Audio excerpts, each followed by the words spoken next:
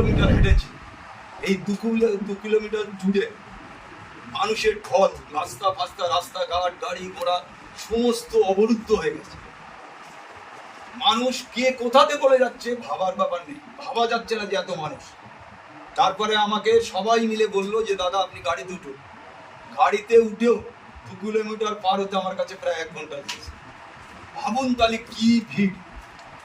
প্রতিটা মানুষ আমার সাথে হাতে হাত মেলাবে বলে ছুটে আসছে। আমি তো একটা মানুষ। গাড়ির উপরে উঠে শয় মানুষ আমার সাথে হাত মেলাচ্ছে যে হ্যান্ডশেক করার জন্য পাগল হয়ে গেছে। তাও আমি তাদের সাথে সমস্ত হাসি মুখে তাদের সাথে হাতে হাত মিলিয়ে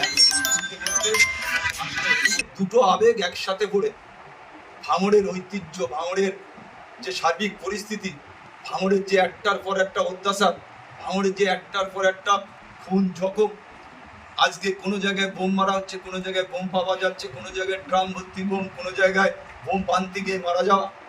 আজকে আপনারা দেখেছেন চালতাবেড়িয়া অঞ্চলে দক্ষিণ বামুনিয়াতে অত্যন্ত মানে অত্যন্ত দুঃখজনক ঘটনা, অত্যন্ত দুঃখজনক ঘটনা। দুজন মারা গেছে, 4 জনের হাত পা উঠে গেছে। তারাও মৃত্যুর সাথে লড়াই করছে। তারাও, যেটা আমার কাছে খবর এসছে, 4 জনের 1 জনও বাঁচবে। এত বড় একটা দুর্ঘটনা পুলিশ কি করেছে? আজকে মমতা বন্দ্যোপাধ্যায় কলকাতা পুলিশ করেছে ভাঙড়ে কি করতে করেছে? এখানে নেতাদের সাথে বসে মিটিং করতে, নেতাদের সাথে বসে বিরোধী দলদের আক্রমণ করার জন্য এখানে থানার পুলিশদের বসিয়ে রাখা হয়েছে? না এখানে নেতাদের সাথে পলিটিক করে বিভিন্নভাবে টাকা আদায় করার জন্য এখানে পুলিশকে বসানো হয়েছে? আমি শুধু বলবো, মুখ্যমন্ত্রীকে বলবো যে আপনি তো কান দিয়ে শোনেন না, চোখ দিয়ে শুনছেন আর কান দিয়ে দেখছেন। আপনি একটু ভালো করে ভাঙড়ের দিকটা দেখুন। কলকাতা পুলিশ করে আপনার কতটা লাভ হয়েছে আর কতটা লস হয়েছে, আর কত মানুষের রক্ত নিতে চান আপনি? আপনার নেতারা আর কত মানুষের রক্ত নিতে চায়?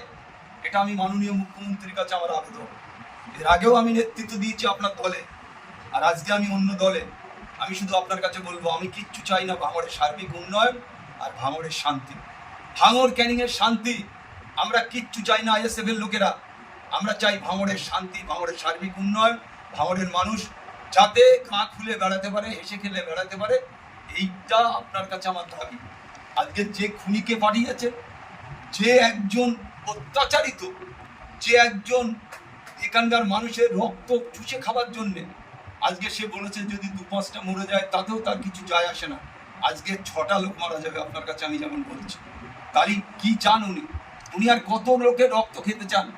আজকে তরুণ তাজা রাজ্জাকের রক্ত উনি খেয়েছেন নিজে, শওকত মোল্লা। আবার এই যে আজকে বোম বাঁধা, সব ক্যানিং থেকে মশলা এসছে, ক্যানিং থেকে বন্দুকগুলি এসছে। আজকে সেখান থেকে এনে ভাঙড়ে মজবুত করা হচ্ছে। ভাঙড়ে বুথ দখল করবে, ভাঙড়ে তৃণমূল আইএসএফ এর কর্মীদের উপরে আক্রমণ করবে। এই পরিকল্পনা উনি কন্টিনিউ চালাচ্ছেন। ওনার ঘুম নেই, নিদ্রা নেই। উনি চাইছে ভাঙড়কে উত্তপ্ত করে, ভাঙড়ের মানুষকে মেরে উনি এখানে ভাঙড়ের মানুষকে শাসন করে উনি এখানে গায়ের জোরে জিততে চাইছেন। সেটা কিন্তু হবে না ভাঙড়ে, সেটা ওনার জেনে রাখা উচিত, সেটা ভাঙড়ে হবে না।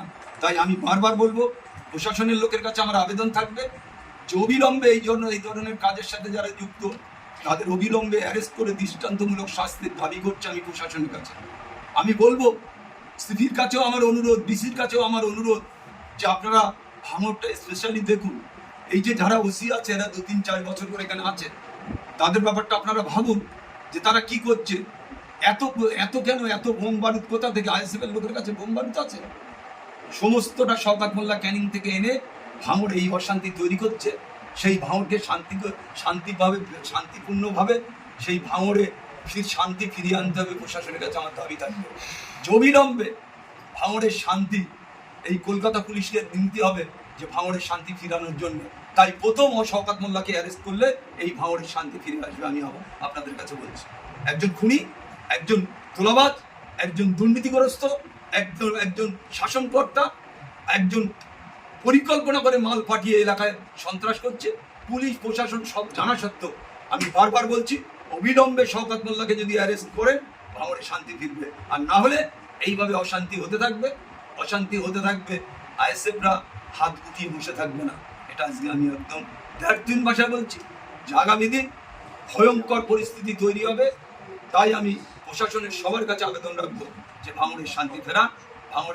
ভাঙড়ের কোনো কিচ্ছু দরকার নেই, ভাঙড়ে শুধু শান্তি ফেরান, ভাঙড়ের শান্তি বজায় থাক।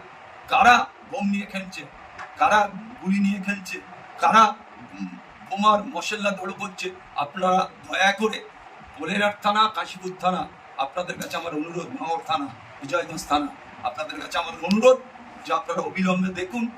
এইভাবে চলতে পারে না প্রশাসন, এইভাবে মানুষ খুন হবে, প্রশাসন চুপ করে থাকবে, এটা হবে না। তাই সবার কাছে অনুরোধ রাখবো, ভাঙড়বাসীর কাছে আপনারা সাবধানে সতর্ক থাকবেন।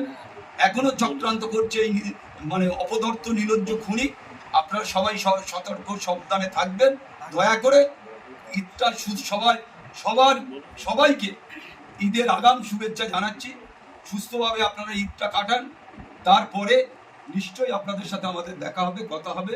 আপনাদের সাথে আমরা নিশ্চয়ই কথা বলবো, ভাঙড়ের সমস্ত মানুষের সাথে, ক্যানিংয়ের সমস্ত মানুষের সাথে কথা বলবো। ভাঙড় ক্যানিং, আমি শান্তি চাই, সার্বিক উন্নয়ন কি হলো বড় কথা নয়, ভাঙড়ের আর ক্যানিংয়ের শান্তি ফেরাতে।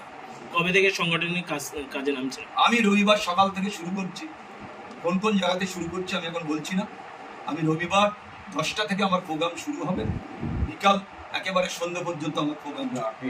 আমি টোটালটাই ক্যানিং বিধানসভা থাকবো, আমি সকাল থেকেই ক্যানিং বিধানসভা। দাদা কি বলবেন, আইএসএফ কর্মীদেরকে মিথ্যাভাবে কেস দিচ্ছে, এই কেসটা কিভাবে রুখবে রাজ্যে? শুনুন, মানুষের আবেগ আর মানুষের মানসিকতা। আজকে পোলেরহাটে হাজারে হাজারে মানুষ শুধু শুনেছে আরাবুল ইসলাম পোলেরহাটে আজকে আইএসএফ এ জয়েন করেছে। আমার কিছু আইএসএফ এর কর্মীরা আমাকে সংবর্ধনা জানাবার জন্য ডেকেছিল। এই খবর বাজারে ছড়িয়ে পড়ে, কাউকে বলতে হয়নি। আমাদের একটা অঞ্চলতে শয়ে লোক চলে এসেছে, কেউ বাইকে, কেউ গাড়ি ভাড়া করে, কেউ রিক্সা, অটো রিক্সা, যেভাবে পোলেরহাটে লোক হয়েছে। আমার রাজনৈতিক জীবনে আমি মিটিং করেছি, বড় বড় মিটিং হয়েছে, মাঠে মিটিং হয়েছে, সেটা আলাদা ব্যাপার। আর আজকে যে পোলেরহাটে ঐতিহাসিক মানুষ, ঐতিহাসিক আইএসএফ এর কর্মীরা, যারা তৃণমূল কংগ্রেস করতো আমার সাথে, তারাও আজকে এই প্রোগ্রামে পায়ে পা মিলেছে। এটা আমার ছোট্ট একটা সম্বর্ধনা সভা ছিল, কিন্তু আমি দেখেছি জনসভার থেকেও বড় সভা হয়ে গেছে। প্রায় 2-3 কিলোমিটার রাস্তা জুড়ে গাড়ি ঘোড়া বন্ধ হয়ে গেছে, কোনোভাবে মানুষকে সরানো যাচ্ছে না। তারপরে কোনো রকম ভাবে হাতে ধরে পায়ে ধরে মানুষকে দুহাত জোর করে সবার কাছে অনুরোধ রেখে যে গাড়ি ঘোড়া ছাড়তে হবে, এই 2 ঘন্টা ধরে